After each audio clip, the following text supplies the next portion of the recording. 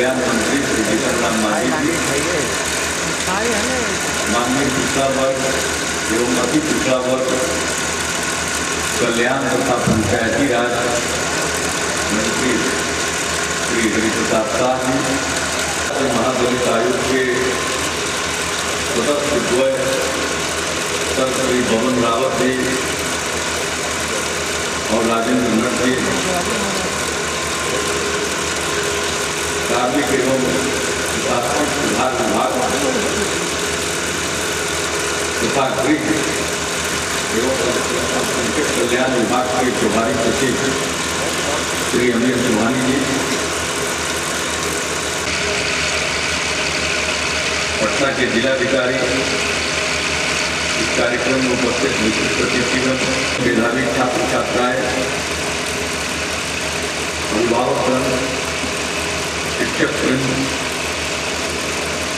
Print एवं electronic media के प्रतिनिधिगण, अनुसूचित जाति जनजाति कल्याण विभाग, पिछड़ा वर्ग अति पिछड़ा वर्ग कल्याण विभाग को तथा अल्पसंख्यक कल्याण विभाग को कि उन्होंने पटना जिला के लिए आज ये कार्यक्रम आयोजित किया है। अल्पसंख्यक विद्यार्थी प्रोत्साहन योजना जो 2 साल से चल रही है, जो भी अल्पसंख्यक समुदाय के छात्र छात्राएं प्रथम श्रेणी से उत्तीर्णता हासिल करते हैं, उन्हें 10,000 रुपये की प्रोत्साहन राशि दी जाती है। ये योजना 2 वर्षों से चल रही है और इस वर्ष भी ये योजना जारी है। पटना जिले के लिए जिन्हें इस योजना का लाभ मिलना है, उन्हें भी इस कार्यक्रम के माध्यम से प्रोत्साहन राशि प्रदान की जाए। लेकिन 2 नई योजनाओं की शुरुआत हो रही है। जिस प्रकार से अल्पसंख्यक छात्र छात्राओं के लिए योजना की शुरुआत की गई और जैसा हमारे अल्पसंख्यक कल्याण मंत्री साहब ने अपने भाषण के दौरान बताया, इस योजना को चालू करने के बाद अल्पसंख्यक बच्चों में उत्साह बढ़ा, जिनमें शिक्षा के प्रसार की कमी है, जिन्हें शिक्षित बनाना है और शिक्षा के प्रति उनके मन में आकर्षण का भाव पैदा है। हमने इसी दृष्टिकोण से अनेक काम किए और इसलिए अब शेड्यूल ट्राइब के बच्चे और अति पिछड़े वर्ग के बच्चों को भी इस प्रकार की योजना का लाभ मिलेगा, जहां अल्पसंख्यक बच्चों के लिए अल्पसंख्यक विद्यार्थी प्रोत्साहन योजना के नाम से योजना चल रही है, वहीं इसकी शुरुआत अनुसूचित जाति जनजाति के बच्चों और अति पिछड़े वर्ग के बच्चों के लिए ये क्रमशः अनुसूचित जाति जनजाति मेधावृत्ति योजना एवं अति पिछड़ा वर्ग मेधावृत्ति योजना के नाम से इस योजना की शुरुआत। अब इन वर्गों के भी बच्चे जो फर्स्ट डिवीजन से उत्तीर्ण होंगे उनको 10,000 रुपये की राशि दी जाएगी। ये प्रोत्साहन राशि है, इससे उनके बीच भी और आकर्षण पैदा होगा। और विस्तारित हमने 15 अगस्त के दिन गांधी मैदान यही किया था कि हमने देखा कि 10 लाख बच्चे कौन ये स्कूलों के बाहर गरीबी के कारण, सामाजिक पिछड़ेपन के कारण।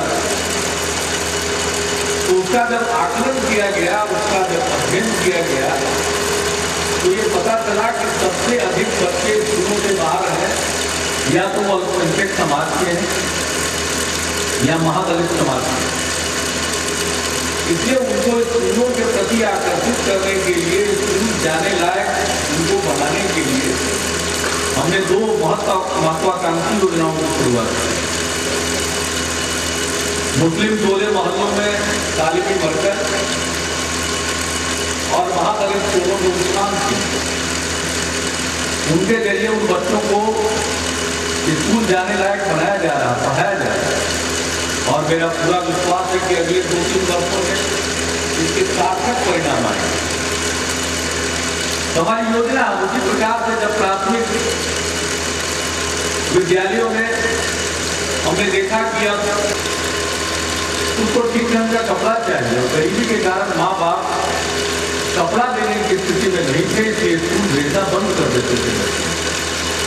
मैं 2-3 साल पहले इस योजना की शुरुआत की कि कोई भी लड़की जो मिडिल स्कूल में जाएगी, चाहे वो किसी भी वर्ग की, किसी भी संप्रदाय की, APL हो, BPL हो, अगड़ा हो, पिछड़ा हो, अति पिछड़ा हो, दलित हो, महादलित हो, हिंदू हो, मुसलमान हो, कोई परिवार की बच्ची उसको पोशाक के लिए और छुट्टी के लिए और एक बैग खरीदने के लिए साल भर में 700 रुपया देना हम लोगों ने। उसका नतीजा है कि लड़कियों की संख्या मध्य विद्यालयों में, मिडिल स्कूल में बढ़ गई। फिर हमने साइकिल योजना की शुरुआत की। हाई स्कूल पढ़ना चाहिए, मैट्रिक पास करना चाहिए, +2 करना चाहिए।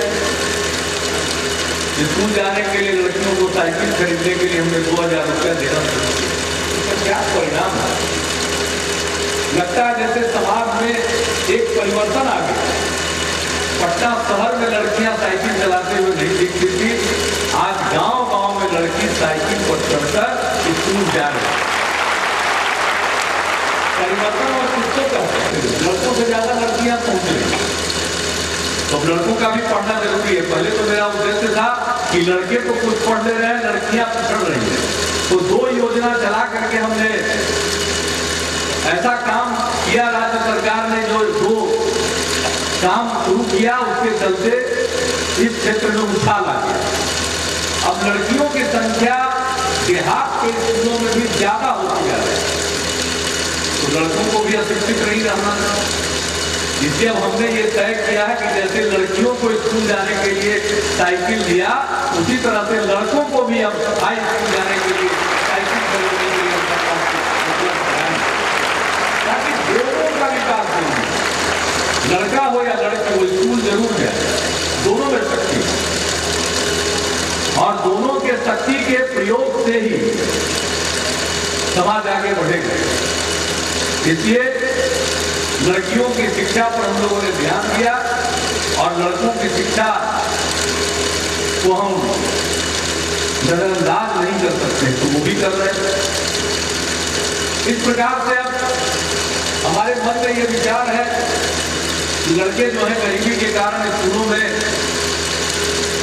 जाते हैं, तो स्कूल में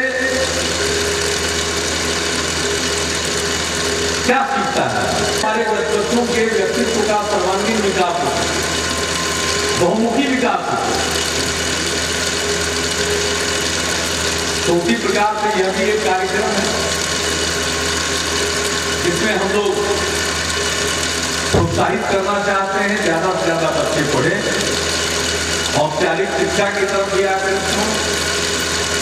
हमको साक्षरता पर भी ध्यान दे रहे हैं। अब हम लोगों ने यहाँ महिला साक्षरता के लिए अक्षर आंचल योजना की शुरुआत कर दी है। अब केंद्र सरकार ने भी फैसला कर लिया कि महिला साक्षरता की दिशा में वो काम करेंगे। बिहार में पहले शुरू किया, केंद्र ने उसके बाद फैसला किया। तो अब तो बिहार में कई काम आज हो रहा है और पूरे देश में उसको करने के लिए केंद्र भी पहल कर रहा है। अब जब हमने महिलाओं को आरक्षण दिया पंचायतों में और पूरा नगर निकायों में, तो बड़ा मेरा मजाक उड़ाया जाता है। क्या नहीं चाहते थे लोग, कहते थे कि अब ठीक है, अब महिला मुखिया बनेगी, हम बड़ लोग बच्चा खिलाएगा, तरह तो हम भी मजाक में उसका जवाब देते थे। लेकिन देख लीजिए 3 साल पहले जो हमने किया, अब देश भर में उसको लागू करने के लिए केंद्र सरकार का भी फैसला होगा। अब संविधान में संशोधन करके उसी को देश भर में दिया।